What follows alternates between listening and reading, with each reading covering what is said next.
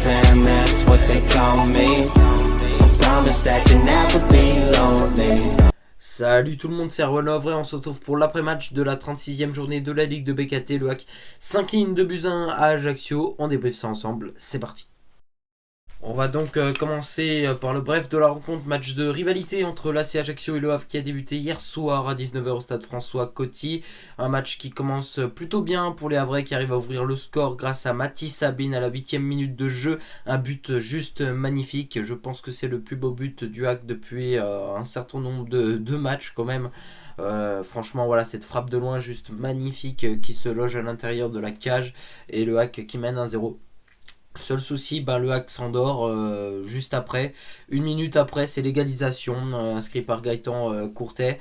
À la mi-temps, le score est donc de 2-1 puisque c'est Barreto qui donne l'avantage à la 21e minute de jeu pour l'AC Ajaccio. Donc à la mi-temps, il y a effectivement 2-1 pour l'ACA.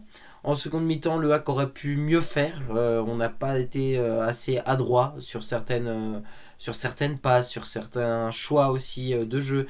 C'est dommage parce que je m'attendais quand même à pire au niveau de la défense, voilà, parce qu'on avait une défense vraiment très très jeune, sans grande expérience, et qui a plutôt bien géré son match, malgré tout, malgré quelques petites erreurs. Mais franchement, voilà, la défense a été plutôt solide. C'est dommage parce que je pense qu'on aurait pu au moins ressortir avec un match nul de cette rencontre parce que voilà, on n'a pas été ridicule du tout. Alors oui, c'est Ajaccio qui a dominé le match, Ajaccio qui a eu le plus d'action offensive, de concrétisation aussi. Le HAC, voilà, on peut mieux faire. C'est un bon, voilà, j'ai un bon sentiment sur le futur si ces joueurs-là s'améliorent, si ces joueurs-là progressent. Et voilà, moi je pense qu'en tout cas, on fait une bonne rencontre, un bon match malgré la défaite, mais faut faire mieux. Et c'est parti donc pour notre 100% HAC. C'est comme ce que je disais, je pense que le HAC est capable de mieux sur ce match-là. Je pense qu'on aurait pu repartir avec au moins un point. Voilà, faut voir ce qui n'a pas marché durant cette défaite. Ce qui n'a pas marché, c'est voilà, quelques erreurs qui nous ont coûté cher. Peut-être de s'être endormi bêtement, on va dire, juste après avoir marqué le but de l'ouverture du score. Derrière, on se prend l'égalisation une minute après parce que les joueurs d'Ajaccio, en fait, ils ont du caractère, ils ont direct la mentalité directement d'aller égaliser. Nous, on est sur un petit nuage, on n'est peut-être pas forcément concentré, c'est peut-être pour ça qu'on se prend le but de l'égalisation derrière.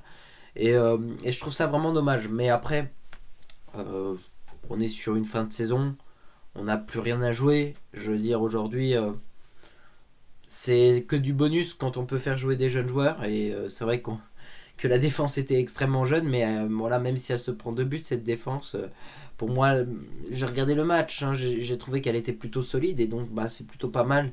Ça montre que les jeunes ont plutôt bien géré, et surtout, voilà, quand même, jouer un premier match pour certains en tant que titulaire du côté du stade François Coty à Ajaccio, franchement, c'est pas évident, parce qu'on sait l'hostilité des supporters corses, et donc c'est toujours difficile évidemment de jouer un match là-bas, donc surtout quand c'est ton premier match pro ou du moins en tant que titulaire, c'est difficile. Donc les joueurs ont plutôt bien géré le match. Maintenant voilà, je trouve qu'il y avait quand même mieux à faire sur certaines passes et tout. J'ai pas envie de faire le gros-chon, j'ai pas envie de me plaindre, même si voilà, il y aurait des raisons de se plaindre puisqu'on a perdu le match. Mais bon, personnellement, ça me tente pas trop de m'énerver. Donc voilà, c'est comme ça, on a perdu. Et puis, il ne reste plus que 2 matchs. Et voilà, c'est tout pour cette vidéo. Merci à tous de l'avoir suivi. On se retrouve la semaine prochaine pour l'avant-dernière journée de la saison.